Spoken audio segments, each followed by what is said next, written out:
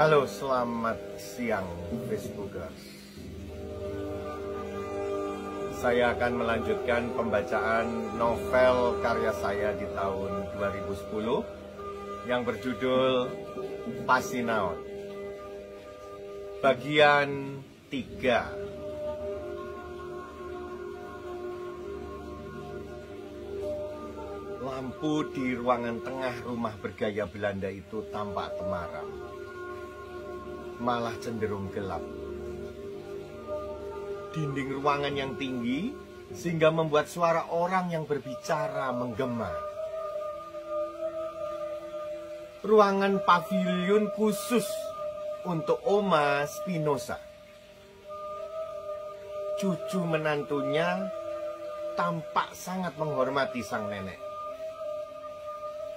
Walaupun sebenarnya ada rasa ketakutan dan merinding dalam dada Vrij van der Laan, dokter Belanda, dosen kedokteran Nias yang sangat anti pada semua yang berbau magis. Apalagi dia penganut Katolik Roma yang setiap minggu rajin ke katedral.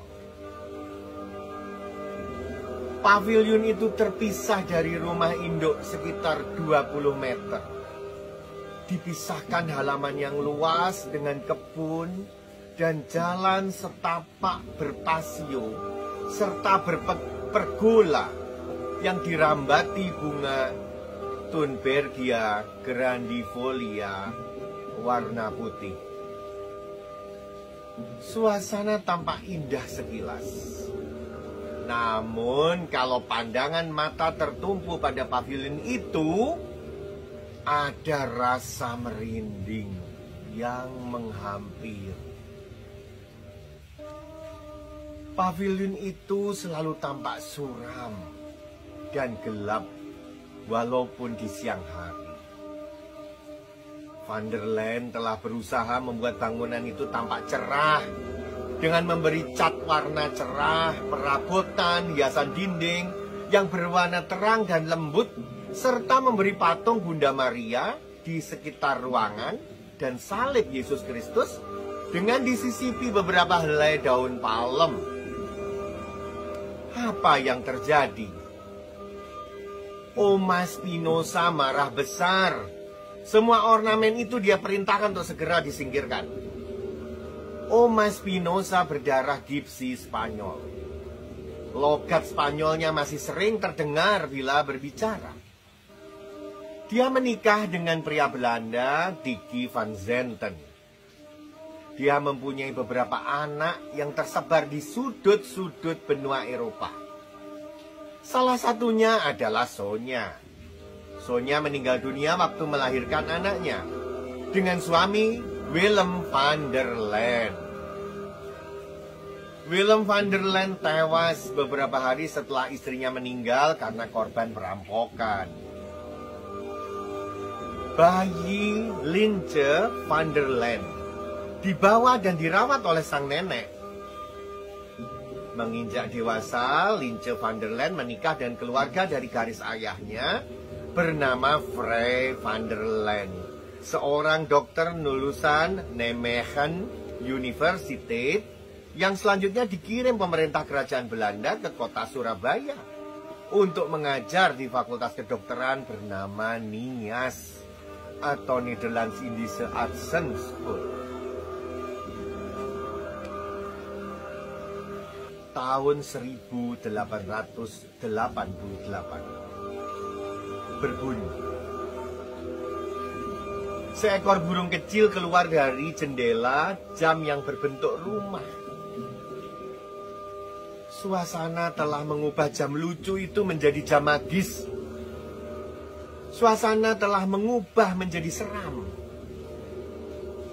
Setiap kali suara jam itu berbunyi, menimbulkan rasa merinding.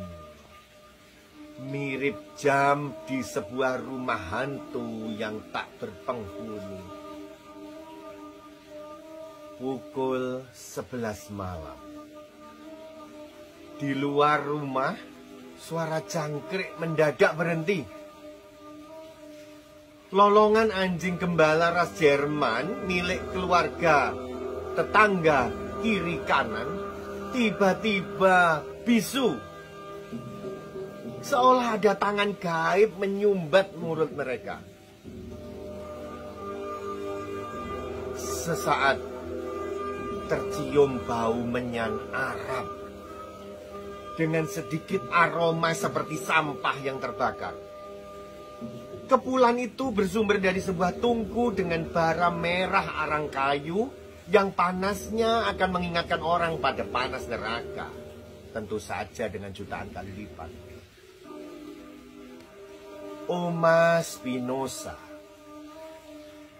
dari tadi terpejam, mulai membuka kelopak matanya. Perlahan sekali bak tirai panggung saat pertunjukan sandiwara dimulai. Dua bola matanya yang dipisahkan sebuah tebing tinggi, sebuah hidung bengkok, petanda kelicikan dan kejahatan yang patut diwaspadai. Tanpa berkata-kata, nenek 95 tahun itu melemparkan lirikannya pada cucu menantu yang duduk di sebelahnya. Ya, Sony Sang Rangga Sukmana, suami Lince van der Laan. Lince van der Laan adalah anak Vrij van der Laan dengan seorang dokter Belanda. Lince mempunyai darah gipsi dari ibunya yang bermarga Spinoza. Sejumput menyan diambil dari sebuah mangkok kecil.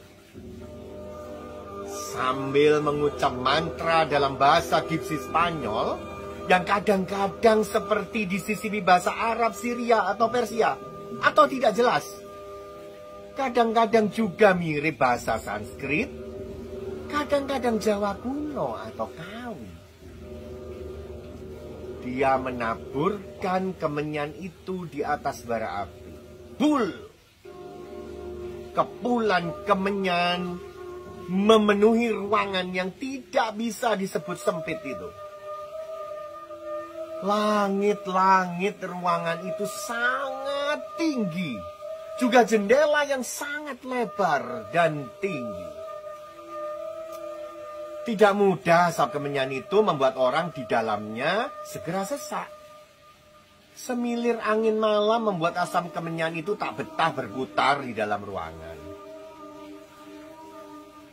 Asap itu keluar dan segera menyampaikan salam kepada dunia kegelapan.